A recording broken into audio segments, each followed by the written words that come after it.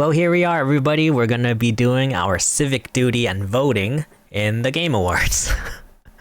I haven't seen any of the nominees yet, so I'm really interested to see what games got nominated.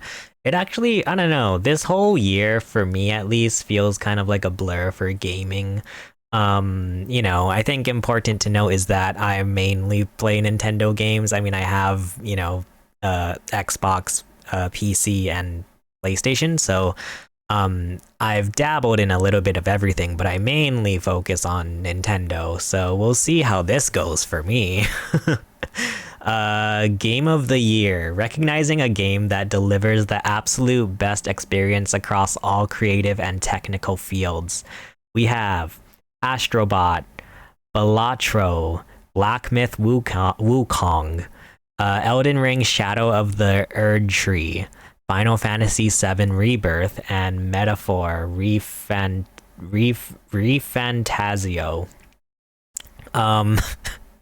Well, I don't know any of these games. I don't know. I don't know about you guys, but I always kind of juggle with whether or not I feel the need to complete a game to actually have an opinion for it.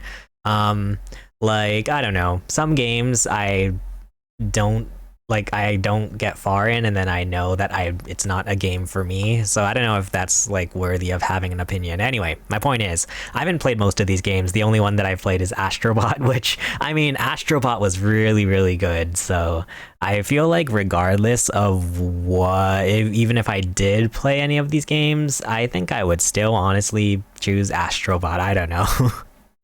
I'm gonna go Astrobot. Good game. Good game. Next category. Best Game Direction, awarded for outstanding creative vision and innovation in game direction and design. And it's all the same games. Once again, I only know Astrobot. And also, I don't know, I think Astrobot had some really, really great game direction. I feel like that's a common, complaint about the Game Awards, is a lot of the categories. It's kind of, the categories are kind of ambiguous, like I don't know, whatever this means, and it's all just it's the same. It's the Game of the Year nominees also got this, so I'm gonna go with Astrobot. I think it was good game direction, whatever the heck that means. Best Narrative, for outstanding storytelling and narrative development in a game. Final Fantasy VII Rebirth, Like a Dragon Infinite Wealth, Metaphor, Senua's Saga Hellblade 2, or Silent Hill 2. Well, is Silent Hill 2 just a remake? I guess, well, I don't know. I think Final Fantasy VII is more of a remake. Silent Hill 2 is, well, I guess it's a remake, but I don't know. Isn't it like the same story? Like, I feel like, and this is like as someone who doesn't know anything about any of these games, I think Final Fantasy VII, they went in and like changed a lot of the story. I think the basic storyline is kind of the same because it is Final Fantasy VII, but I think they went in and changed a lot of like story, like plot points. But I don't know about Silent Hill 2. I don't know. I feel like it's probably mostly just the same story. I don't know. And then I don't know. I always hear Like a Dragon is like a really the Yakuza series is really just it's silly and fun and whatever.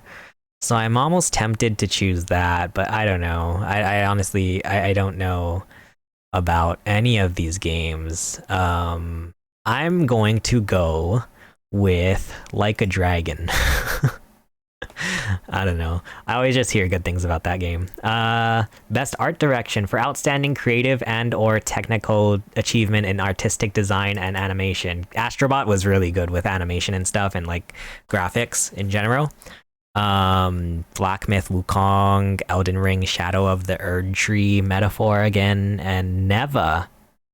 I actually haven't played Neva yet. It was one game from like the first trailer in the PlayStation showcase or whatever. It was so sad. The wolf died or something, and it was just really sad. But I don't know. I haven't played it, and I probably should at some point. But I think the art style is pretty. It has a very what's the word I'm looking for? I don't know, not cell shaded, but I guess I don't know. It has a very interesting artistic design, similar to like Journey. Um, just kind of like flat, not in a bad way, flat, but like kind of it's like an oil painting or something. Uh, I would probably go with either Metaphor. It's Studio Zero Atlas 6, so it I imagine it probably looks like Persona. I don't know. I don't know. Uh, I'm leaning towards Neva or Astrobot. I think Astrobot, like especially technical achievement. Astrobot was really the graphics were really good. I'm gonna go with Astrobot. Best score and music for outstanding music inclusive of score, original song, and or licensed soundtrack. We have Astrobot again, Final Fantasy VII Rebirth, Metaphor, Silent Hill 2, Stellar Blade. Um, yeah, sound and music. I don't know if there's like Astrobot. When I try to think of like the music from Astrobot, I don't think there's a lot that I remember from it. You know, it's not like when I think of like for me the most memorable like score and music, I think of like, a lot of Mario games, I guess, obviously Mario Odyssey with the jump up superstar, or like I think about like even like Super Mario 3D World, the overworld, and like the World 1 soundtrack is like I remember very vividly for some reason. I'm gonna go with yeah, I haven't played. I kind of trust that. I feel like Studio Zero Atlas, they do some good soundtracks, so I'm gonna guess that this Metaphor game has a good soundtrack. I'm gonna vote for that. Best audio design, recognizing the best in-game audio and sound design. We have Astrobot again, Call of Duty Black Ops 6, Final Fantasy VII Rebirth, Hellblade 2, Silent Hill 2. I think Astrobot, like audio design, so not like the music and stuff, but like just the in-game sound effects and whatnot. I think Astrobot was really good. They do a really good job with the Astrobot games, and that like when you like walk on the little like, if you're walking on like glass or aluminum versus dirt or something, you can hear the difference, and you can also feel it in the dual sense. So that's kind of cool. I don't know about any of these other things. Call of Duty. Do you guys remember? I remember when Halo 4 was coming out, they made a big deal about how they recorded real guns to get like the sound effects for the guns, and it was like a really big deal or something. I forget if it even made a difference, but I don't know if, and I wonder if they still do that now. I don't know. I'm gonna go with Astrobot just because I don't know. Best performance awarded to an individual for voiceover acting, motion, and or performance capture. Do we know any of these people? Brianna White for Final Fantasy, Hannah Tell for Life is Strange Double Exposure, Humberly Gonzalez for Star Wars Outlaws, Luke Roberts for Silent Hill 2, or Melina.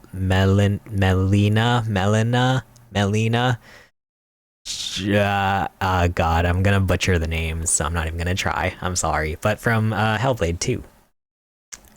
I don't know any of these people, but interesting that Life is Strange is up here. I don't know. I always get like kind of I feel like a lot of Life is Strange in terms of like the acting and like the scripts and whatever, like the dialogue, it's very like campy, and I wish they would kind of lean into that more. But I don't know, I haven't played Double Exposure. I only read the reviews, but I don't know. I don't know.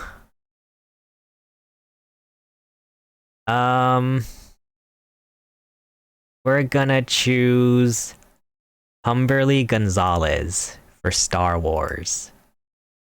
Innovation and accessibility, recognizing software and or hardware that is pushing the medium forward by adding features, technology, and content to help games be played and enjoyed by an even wider audience. We have Call of Duty Black Ops 6, Diablo 4, Dragon Age, The Veilguard, Prince of Persia, The Lost Crown, or Star Wars Outlaws. I remember hearing that there was a lot of good accessibility features in Prince of Persia. I'm not too sure. Like Call of Duty, I haven't heard any. I mean, I just don't know. But I don't know. I can't imagine Call of Duty having accessibility features, but I guess it probably does since it's in this category. Um, um, I feel like Ubisoft often does these pretty good job at accessibility features. I'm gonna go with Star Wars Outlaws. Games for impact, for a thought-provoking game with a pro-social meaning or message. We have Closer the Distance, which is funny because I have some friends in a band and their name is Close the Distance. So Closer the Distance is really funny. Indica, Neva, Life is Strange, Double Exposure, Hellblade 2, or Tales of Kenzera. Zao. I don't know. Thought-provoking game. I feel bad, but I'm gonna go off the fact that I've heard really mixed things about Life is Strange Double Exposure. Like, mixed to negative things about this game. I kind of feel bad. It sucks because, yeah, like, based on the reviews that I've seen of Life is Strange Double Exposure, it's like they had such a good idea here. Like, they had all the makings of a great game, like a great story, you know, bringing back Max Caulfield. Like, that would have been so hype if they actually did a good job with it. But the fact that apparently it's not that good, it makes me kind of sad. Like, it had like the recipe, the formula for a great Life is Strange, like bringing back Life is Strange to relevancy. I don't know. I haven't played any of these games. But based on the pictures we see here, I'm gonna go with this one. Just looks interesting. I don't know, the picture, Indica. Like, it looks like it has a lot. It looks like it has a social commentary to it. I'm gonna choose that. Best ongoing, awarded to a game for outstanding development of ongoing content that evolves the player experience over time. We have Destiny 2, Diablo 4, Final Fantasy 14, Fortnite, and Helldivers 2. I would go with Fortnite because Fortnite continues to somehow be relevant. Granted, I feel like Fortnite probably isn't as popular or relevant as it was, you know, back in the day, but it's pretty crazy that they've continued to just pump out content for Fortnite for so long. And, you know, like, every time there's a leak for a new character for Fortnite, it always makes the news headlines. It always becomes a meme, you know, freaking Peter Griffin and Fortnite and etc. I feel like every single year I vote Fortnite for this category, just because, yeah, I don't really know of a game that continues to add content and still just kind of remain relevant for so long. I don't know. Best community support, recognizing a game for outstanding community support, transparency, and responsiveness, inclusive of social media activity and game updates / patches. We have Baldur's Gate 3, Final Fantasy 14, Fortnite, Helldivers 2, or No Man's Sky. Community support. Once again, I feel like Fortnite does a pretty good job at that. Like, with Fortnite, often, you know, they'll share codes for different what are those, like, different game modes or whatever, or like the custom maps and stuff.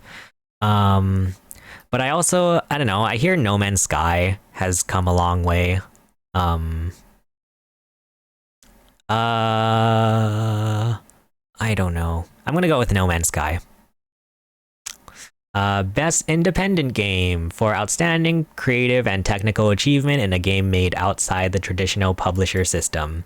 And then watch like Mario is on here. No, we have Animal Well. Speaking of Mario, the Animal Wells from Big Mode, video game Donkey, Balatro, Lorelei and the Laser Eyes, Neva and UFO 50. You know, for video game Donkey, we're gonna vote Animal Well. Best debut indie game for the best debut game created by a new independent studio. Animal Well, Balatro, Manor Lords, Pacific Drive, and The Plucky Squire. I heard that apparently The Plucky Squire has gotten pretty mixed reviews, like kind of middle of the road reviews, which is really sad because I feel like there was so much hype about this game and there was like this game was super duper exciting. But yeah, when I started reading the reviews, I got a little bit worried. Like I love the art style, I love the idea of like the you know, playing in a storybook. But yeah, so I don't know. I'm leaning towards Animal Well or Plucky Squire. I feel like the fact that we've been seeing this Balatro game so much, is this supposed to be a good game? I might have to check it out. All right, either Animal Well for video game Donkey or the Plucky Squire, because I feel like the Plucky Squire had a lot of really great ideas. And since this is like best debut, maybe the Plucky Squire is like a, you know, it's a jumping off point. Like they can start, it's like their first game or whatever. So maybe it'll get better from here. I'm gonna choose the Plucky Squire.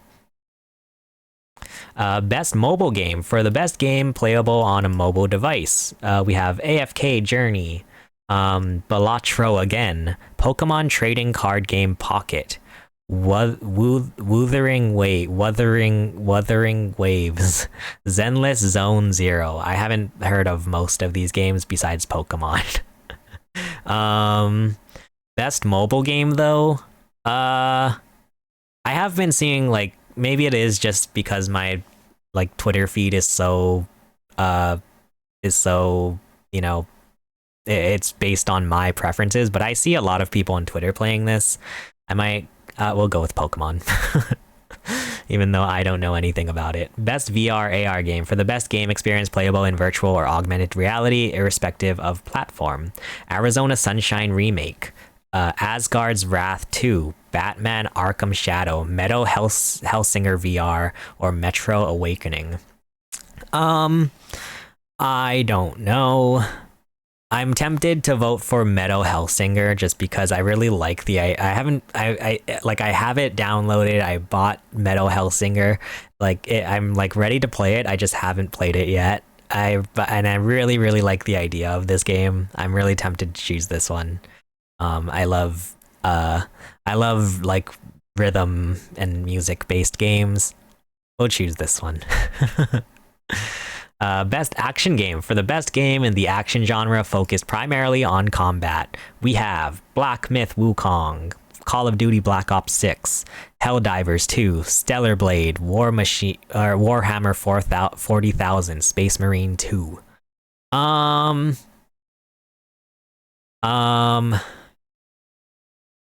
So I don't know. I don't know much about any of these games. I have seen a lot of people playing Black Myth Wukong. I'm tempted to vote either Helldivers 2 or Stellar Blade.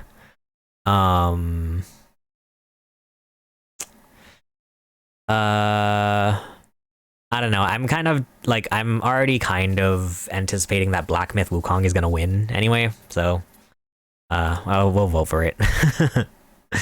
Best action adventure. For the best action adventure game combining combat with traversal and puzzle solving, we have Astrobot, Prince of Persia, The Lost Crown, Silent Hill 2, Star Wars Outlaws, or The Legend of Zelda Echoes of Wisdom. Ooh, that's crazy. So for me, what this is gonna come down to is either Zelda or Astrobot. That's a tough one. So, and like also, yeah, we're talking about action adventure. Um, action adventure. Because so the thing is with Echoes of Wisdom, it's not a lot of combat. Like I wouldn't call this really an action game. I mean, I guess there is action in it, but like I don't know. I consider Echoes of Wisdom to be more of like a puzzle game. Um, which I guess it does mention puzzle solving here and traversal. There is a lot of traversing in Echoes of Wisdom. But in terms of like combat and action, I think Astrobot would have more action than Echoes of Wisdom. But I also really enjoyed Echoes of Wisdom. So I guess it just comes down to like, did I enjoy Echoes of Wisdom more or less than Astrobot? I So yeah, it's tough because so like when we look at like, you know, categories for grading a video game like graphics and you know, the gameplay mechanics, etc. Like for graphics, Astrobot clearly wins 100%, which yeah, I mean, I think, you know, I love the Link's Awakening remake art style that they have here, but you know, with all like the frame rate drops and mainly the frame rate drops, it's like Astrobot does a really great job. I feel like I have to go with Zelda. I'm gonna go with Zelda. Best RPG. For the best game designed with rich player character customization and progression, including massively multiplayer experiences.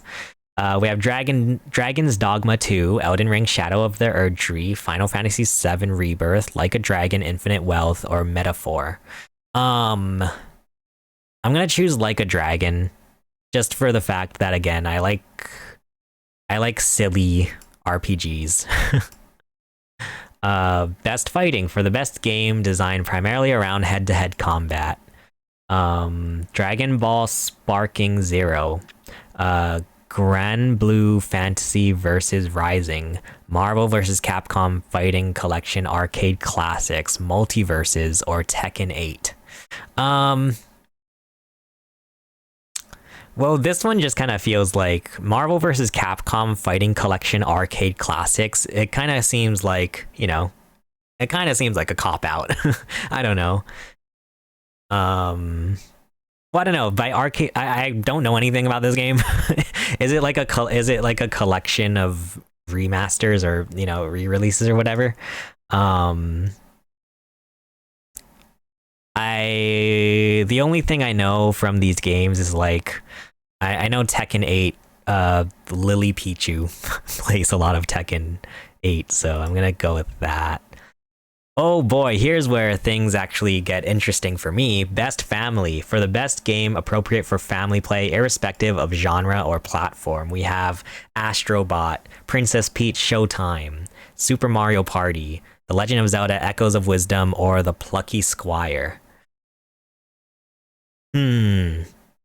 Well, so here's the thing about this category every year. Whenever they say family play, I never like.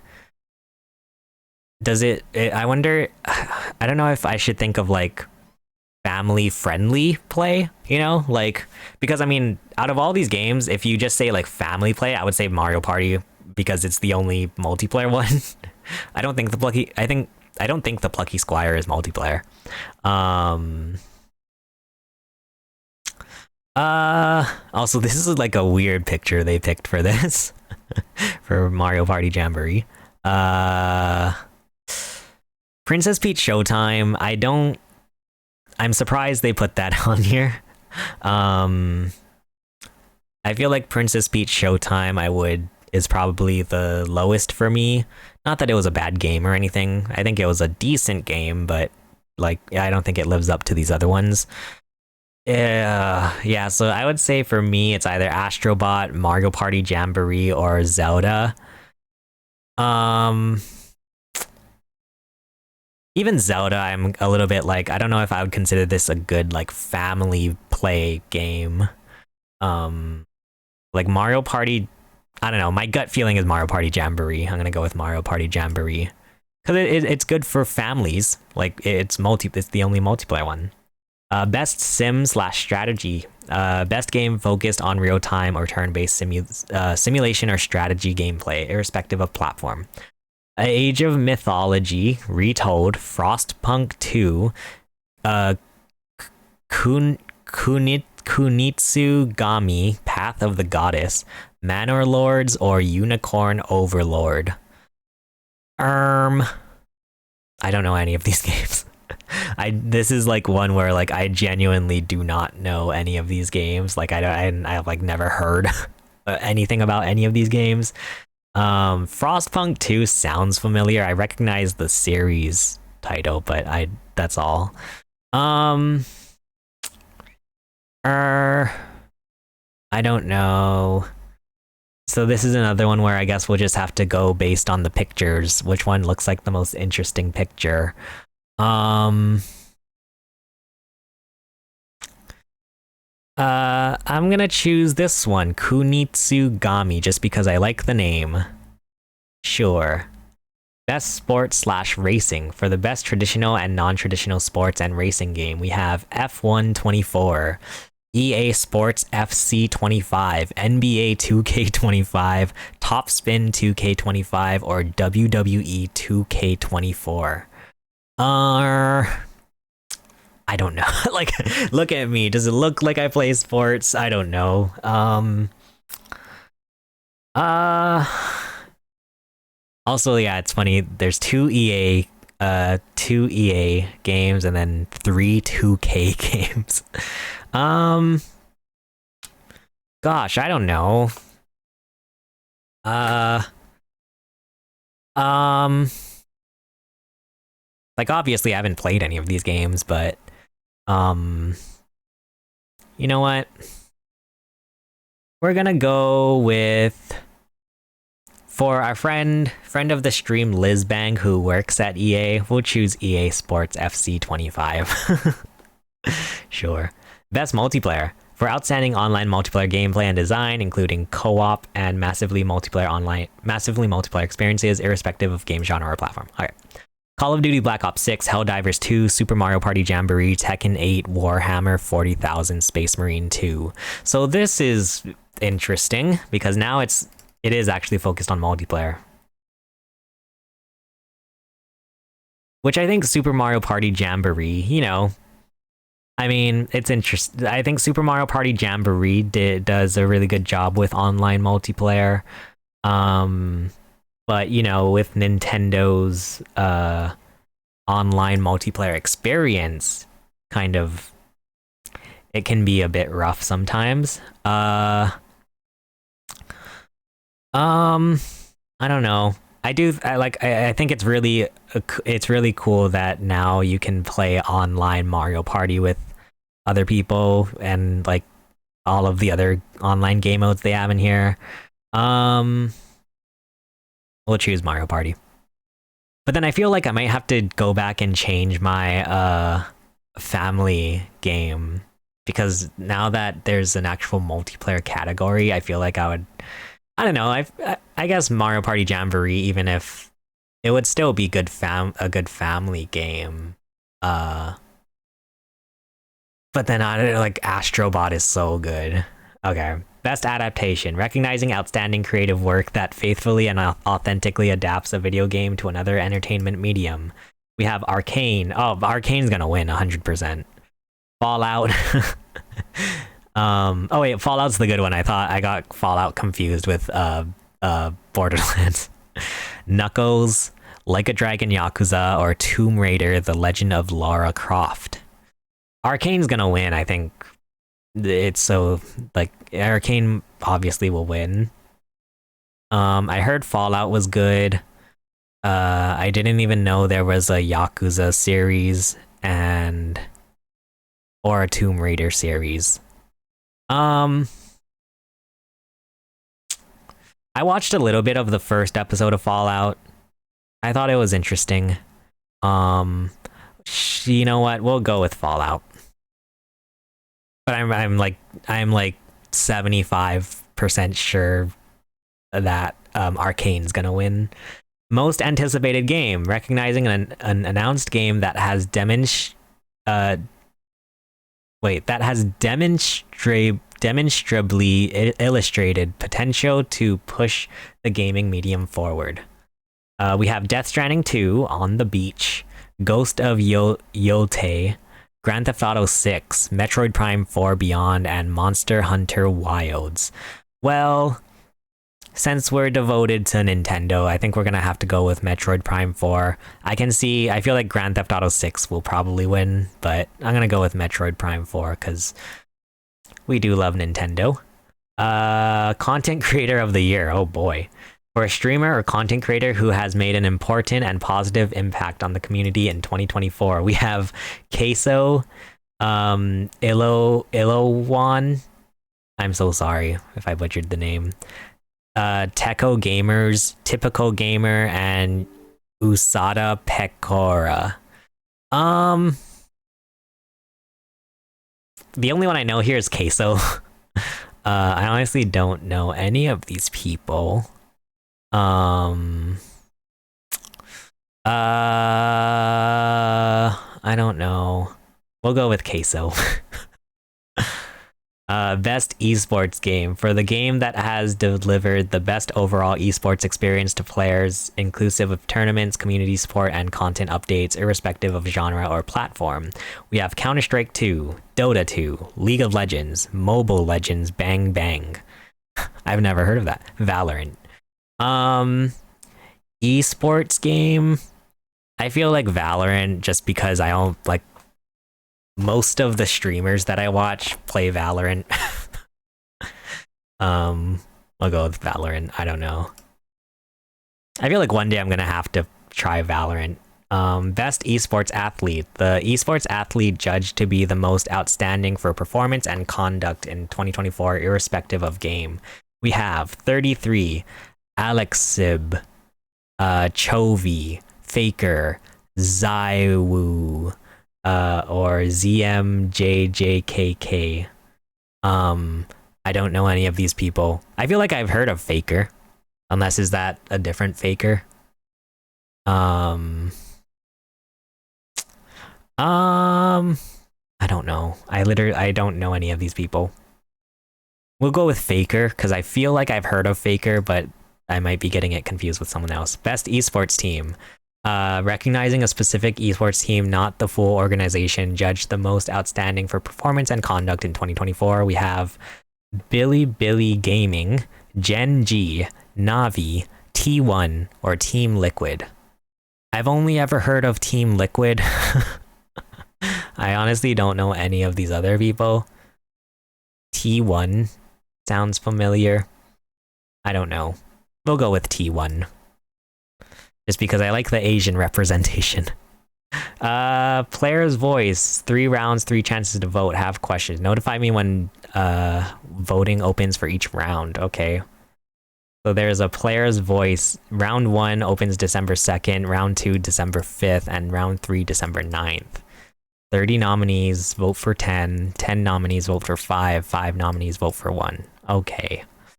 Well, I think that's everything. My only thing, I might go back to Best Family. Because Astrobot is so good. I think, well, I mean, I voted Astrobot for Game of the Year, so Family Play, I'm gonna stick with I'll stick with Mario Party. Okay. I think that's all of my voting. So do I have to you earned a badge, voted in all categories. Where's my badge? Oh, okay, I see. Voted. So now we have a bunch of badges. Become a TGA insider. Shared my badge. Voted in player's voice. Wait, I want to see my badge. Okay, maybe it's just not loading. Download as a GIF.